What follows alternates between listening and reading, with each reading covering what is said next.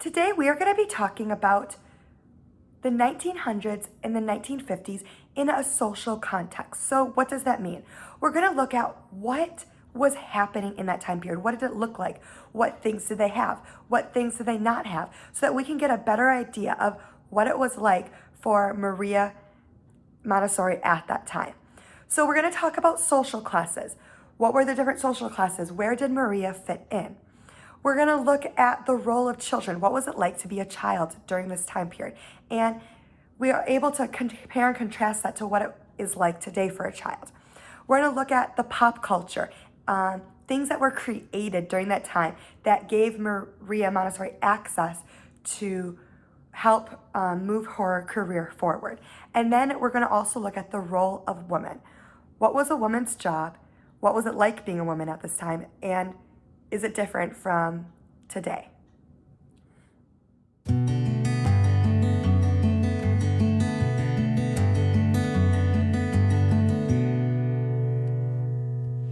Hi everyone, Kat here. I'm going to be talking to you a little bit about social structure and the various social classes present in the early 19th century, more specifically the years 1900 through 1950, which is when Dr. Maria Montessori was pursuing her own education and completing a lot of her research. I hope this information will provide you with some context on a global scale as well as locally in terms of the country of Italy, and just what it meant to be born into a certain class and what implications were the result of being a member of that class throughout your life.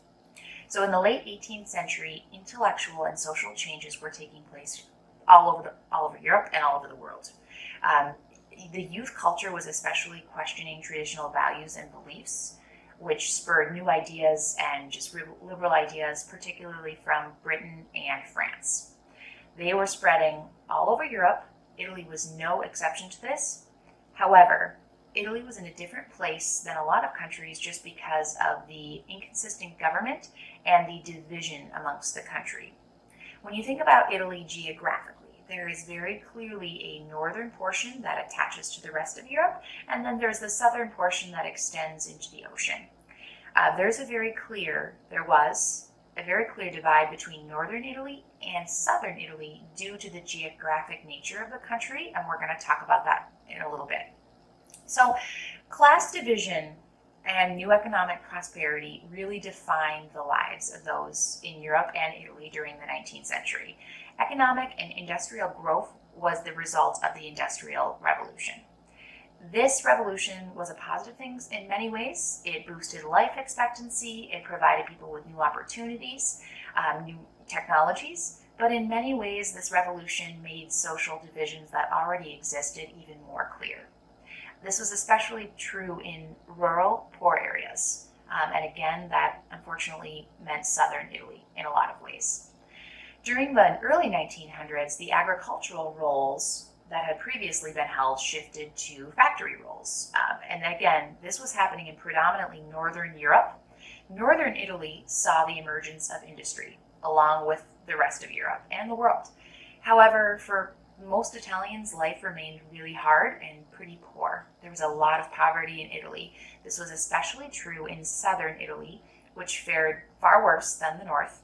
And a lot of wealthy landowners in the south actually oppressed a lot of the local peasants to tend to their lands. So that's super sad. But it was very real and it was very much happening in southern Italy. So now I'm going to talk to you really briefly about the three primary classes that developed across Europe.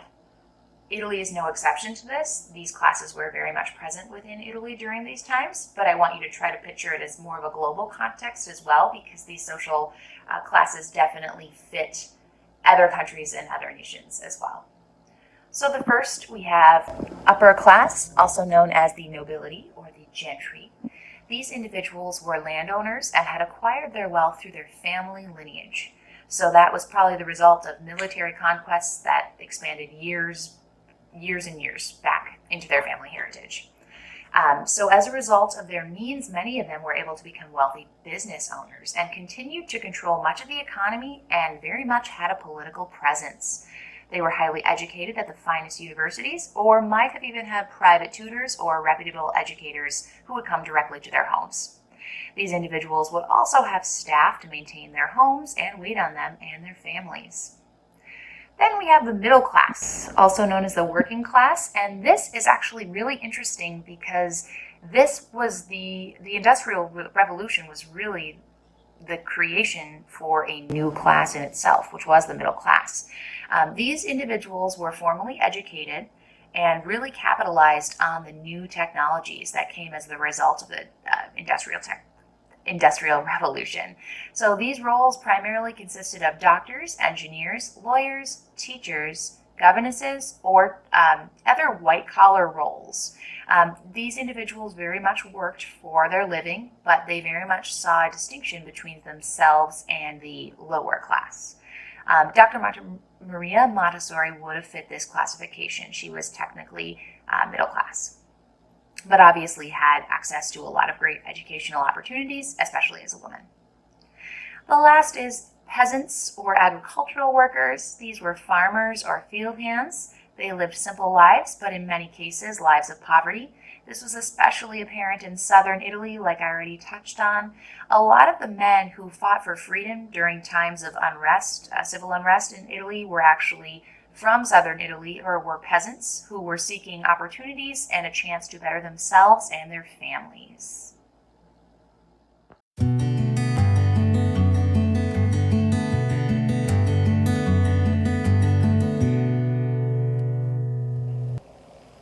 All right, we're moving on to the role of children in Europe in the 20th century. From the beginning of the 20th century in Europe, childhood was believed to have lasted far shorter than it does today.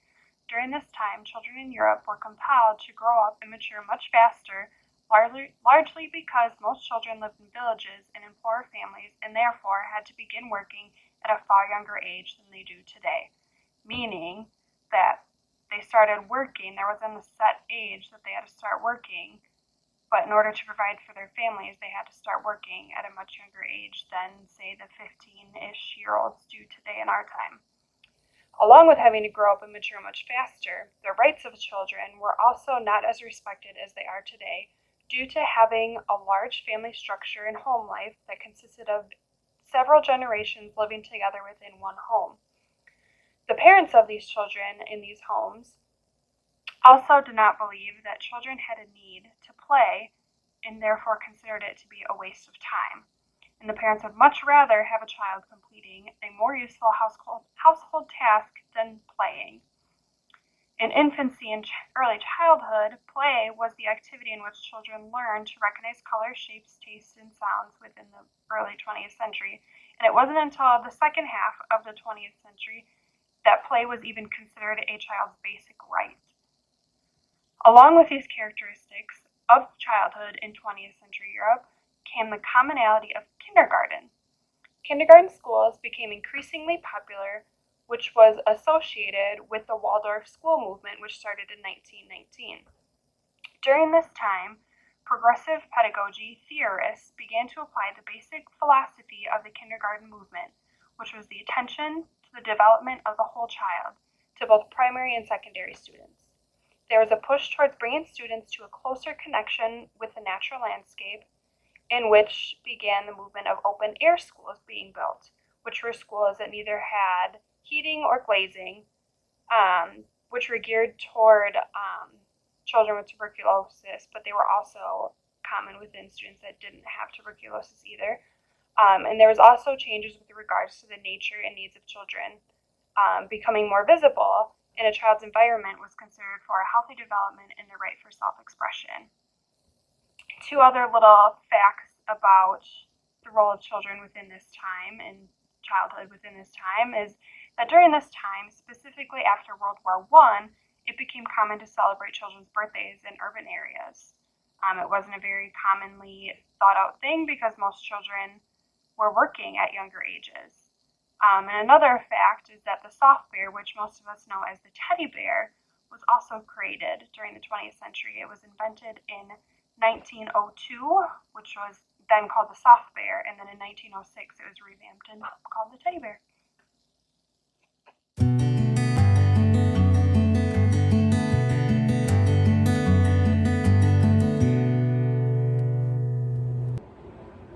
Regarding pop culture in the time of Maria Montessori, by 1900 she was 30 years old and likely reading Psychopathology of Everyday Life by Freud, and maybe just for fun, she might have been reading Hounds of Baskerville by Arthur Conan Doyle.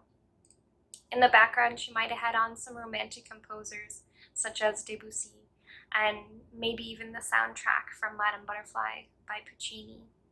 If she was hip to what was going on in America, she would have had on some ragtime music, maybe eventually some jazz. The vacuum cleaner in 1901 was just invented, followed by air conditioning, the automatic tea maker, the EKG, radar, plastic, radio broadcasting, and the washer machine. All of those had been invented between 1901 and 1906. Freud had just released his theory on sexuality and later developed his essays on sexual theories for children in 1908. The same year, he founded the International Psychoanalytical Association with Carl Jung and Otto Rank. This is also the same year that Colette released The Tendrils of the Vine, a French female author, and her books were flying off the shelves. By 1913, Maria could finally take off her corset and stop fiddling with these buttons when bras and zippers were invented. She might have been able to listen to some Broadway shows such as Turandot by Puccini, the same Italian composer who had written Madame Butterfly. In Italy, they were experimenting with film in neorealism, portraying a modified view of reality and using unprofessional actors to accentuate artistic beauty and realism with on-the-spot locations. Soon after, in 1927, talkies, the first movies to have anyone speaking, were available for people to watch. The following year, Piaget had released his research on judgment and reasoning of the child, which I'm sure Maria was very interested in. And this followed Melanie Klein's analyzing children and experimenting with or questioning their pre-verbal anxiety and formation of the unconscious. In 1930, the jet engine was invented, the radio telescope, and sunscreen, all while she was still in Spain.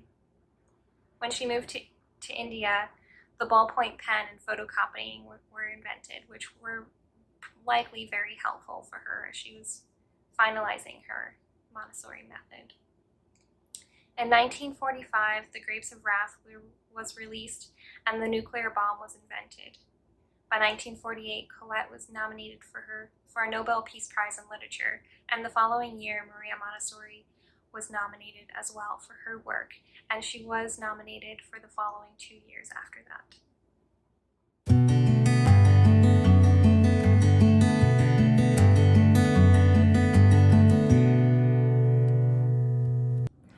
Women in the 1900s and 1950s started off very different to where they ended and where we are today.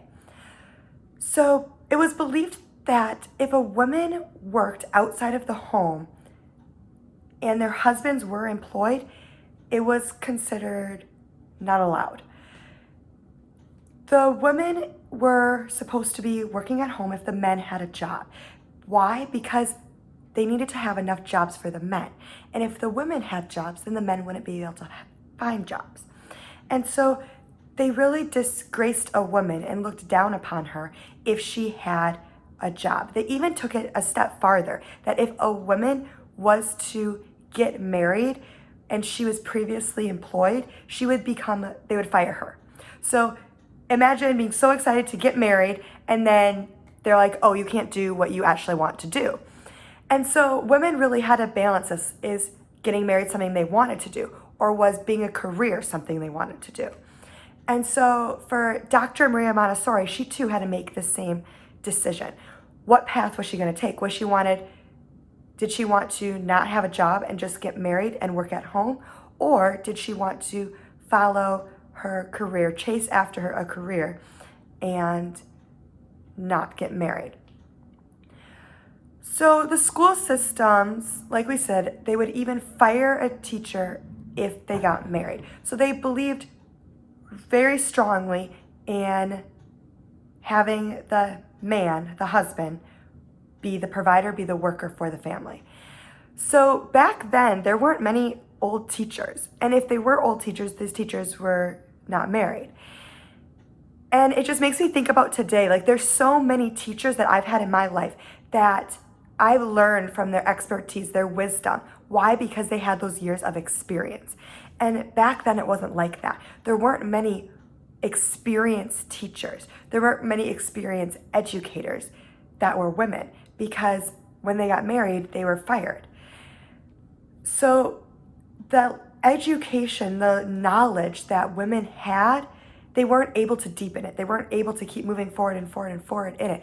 And the jobs that they had were also limited, because there were the higher up jobs, the doctors, the lawyers, that was considered a man's job. And women weren't able to pursue that. Why? Because it was the men who was supposed to provide for the family and not the women. So the women were supposed to stay at home, be mothers, housewives, and the men made the family income. Women were expected to prepare all the meals, keep the house spotless, have and raise the children, and be ladylike. They're supposed to keep out of what was called male business and always be properly dressed, proper in general, and please their husbands and their guests. And a woman's place was in the home, and that was that. So in the beginning of the 1900s, only 13% of women were in the workforce. And if they were in the workforce, the more fortunate were able to be teachers, nurses, typists, secretaries, and sales clerks. Otherwise, they just had a low factory job. So even 13% is not that much. I mean, if you think about today, almost, I would say, all of us have grown up with our parents working at a point in time, and if not, we're really fortunate that they are able to stay home. So because of this time period, many women, married women, barely even left their house. They hardly went out, they hardly were able to make friends, and if you can think, they probably weren't very educated. Why? Because they weren't able to build upon their knowledge. They weren't able to practice their knowledge. They weren't able to study and become more and more aware of new concepts, new techniques like we can do today. However, during the war, things took a change because the men left and all these jobs still needed people. They still needed people to run to in order to keep moving forward. And so what did the women do? The women took jobs. And it was at this point that it opened the door to opportunities for women. So by the 1930s, women started entering universities in large numbers. 23% of all undergraduates and 35% of all graduate students were female. So despite the horrific poverty of the Depression, this was a decade of first for women. So in 1931, Jane Addams became the first woman to win a Nobel Peace Prize for her work with the poor in Chicago. And Amelia Earhart was the first woman to fly solo across the Atlantic Ocean. So this was a huge wave for women. Women were not only stuck at home, but now doors were open for them to enter the workforce, for them to go to college and become educated. And roles like lawyers and doctors were areas of studies that women were now able to pursue. Why? Because the men were away. The men couldn't do it. And so if no one could do it, the women needed to step up. And so this is the time period that Maria had to make a choice. Should she get married, become a wife, and stay home? Or was she going to be one of the brave women and step forward and enter into this women of first, to pursue a degree that was normally considered what a male should do? And Maria was definitely one of those first women to help pursue and help pave the way for future women to come.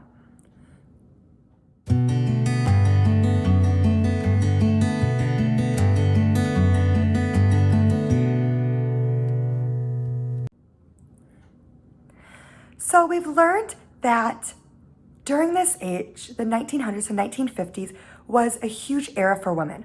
They were able to start off from being considered at the low to being able to moving up in their social classes to be doing things that only men were considered they could do. They started a path that forever us women will forever walk upon. They opened up doors for us that we could never imagine not having. For Dr. Maria Montessori, she was one of the first. She was one of the first to know what she wanted, to not let society crush her dreams, to not let society put a damper on what she knew she was capable of doing. Imagine being a child during this time. We talked about how teddy bears weren't even invented until the early 1900s. So children going into a Montessori school, it was like a toy store. They had all of these works that were for them, works that they could touch, works that they could play with, works that helped them grow. So being a child in this time also was very hard because they weren't able to express themselves, they weren't able to learn. But Maria Montessori saw that children are important. Children's minds are brilliant, and that we need to be fostering that. We need to be growing that development. And so she created something for them. Now children have toys. You can go to any store, you can find them anywhere for children, and they're accessible. But back then it wasn't like that. And so Maria Montessori was the first one to create something really for a child. I mean, think of how many Montessori works there are for a child. And for a child to have nothing, to have something that's theirs, it creates a huge ownership over their school, over their work. So during this time, Maria Montessori opened the doors for children. She started opening the doors for women. She was a part of the first for women. So I want to end this with, what is something you guys always wanted to do? In our life, there's so many things that we could say could stop us. What are people going to think of me? What are people going to say about me? What is the world going to stop me? And I really want you guys to take this time and think. Dr. Maria Montessori didn't let those things stop her. So why are we letting those things stop us today? If there's something we want, if there's something we've always dreamed about, but we're too scared of doing, we shouldn't let that stop us. If anything, that we should let that encourage us to move forward, to keep going, to accomplish our goals and our dreams and what we believe we can accomplish in our life. So I really hope this encourages you guys as teachers, as people who are wanting to learn more about the Montessori education, to not give up, to keep exploring, and to keep seeking after what it is you believe you can do.